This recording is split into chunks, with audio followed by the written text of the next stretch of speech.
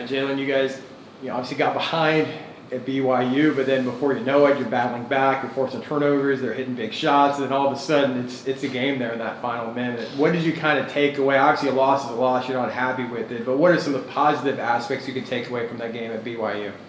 I feel like we kind of leaving too much in the tank. I feel like we have to start the game off how we finished it. Point blank period. There's no excuses of starting a game like that when we can finish the game like that. So why not just take care of the game in the first 36 minutes and we wouldn't be in that predicament in the last 4 minutes.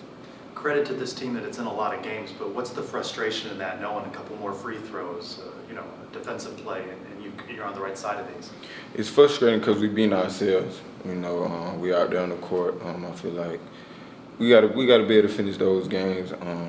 I feel like we 2 plays off, but I can't keep repeating the same thing. We 2 plays off. You know what I'm saying? We have to make sure we focus up and finish those games, finish those free throws, and all that starts in practice and with mental preparation.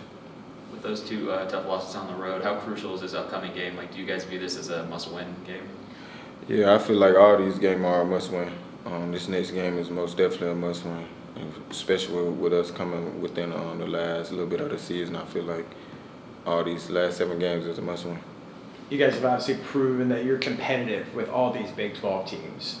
Obviously you can look at different facets of these close losses. Maybe, like he was saying, like you do this or do that free throw or whatever, the result is different. I mean, you guys kind of feel like you're really close to turning the corner and maybe have your best basketball ahead of you, where you put all facets of a game together from start to finish. You can get on a run here. I most definitely feel like we're right there.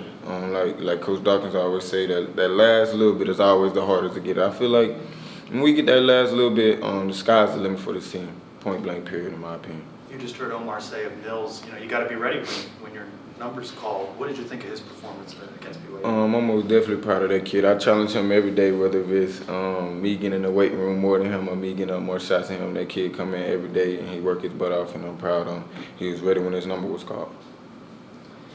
With only I believe 7 games left in the season, just what have you learned about what it's like to play in the Big 12 so far? That it's physical. You have to have a lot of mental toughness to finish those games out and also play in this league. So you got to be able to bring your A game every day. If you don't, it can be embarrassing. You guys are playing Cincinnati for the second time, just like you played BYU for the second time. Did things kind of change maybe now that you played a team before? Like, do you kind of know, how to defend certain guys? Is there something that's maybe a little bit different in terms of preparation, when you played a team once before?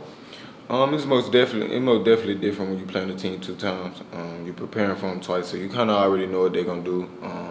We also got to prepare for that they're gonna try to put some wiggles in their plays and things of that sort. So we just got to stay locked in and just play our brand of basketball.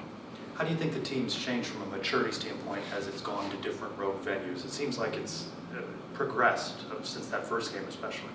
It's most definitely progressed. I feel like we most definitely came together over these past few games.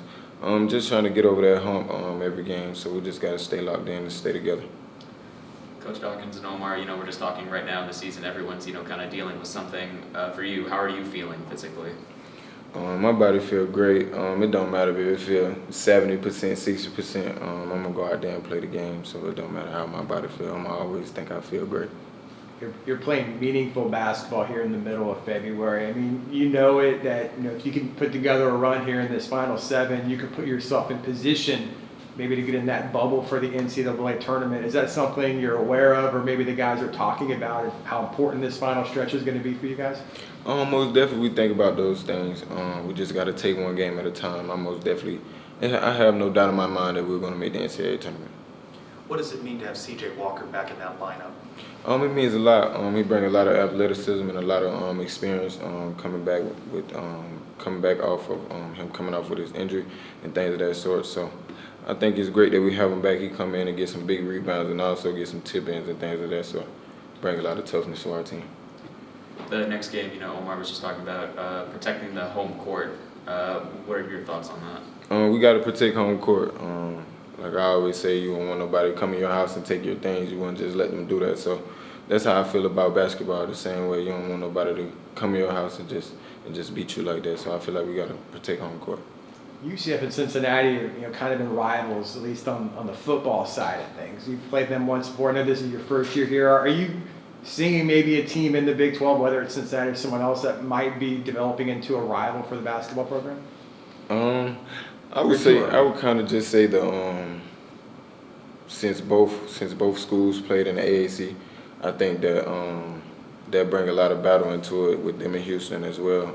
With how we play, I think we bring a lot of toughness to this league, so I most definitely see rivals in that standpoint. You just mentioned C.J. Walker brings a toughness. Do you think this team needs to be tougher, especially in the final moments of games? Yes, I don't feel like it's more physical toughness. I feel like it's more mental toughness. I feel like we are physical tough. We are tough guys, but we have to be more mentally tough. I think that takes a lot more than being physically tough. On this matchup against Cincinnati, what stands out about those guys? Obviously, you played them once before. There's some players to watch. What are you expecting on Saturday from them?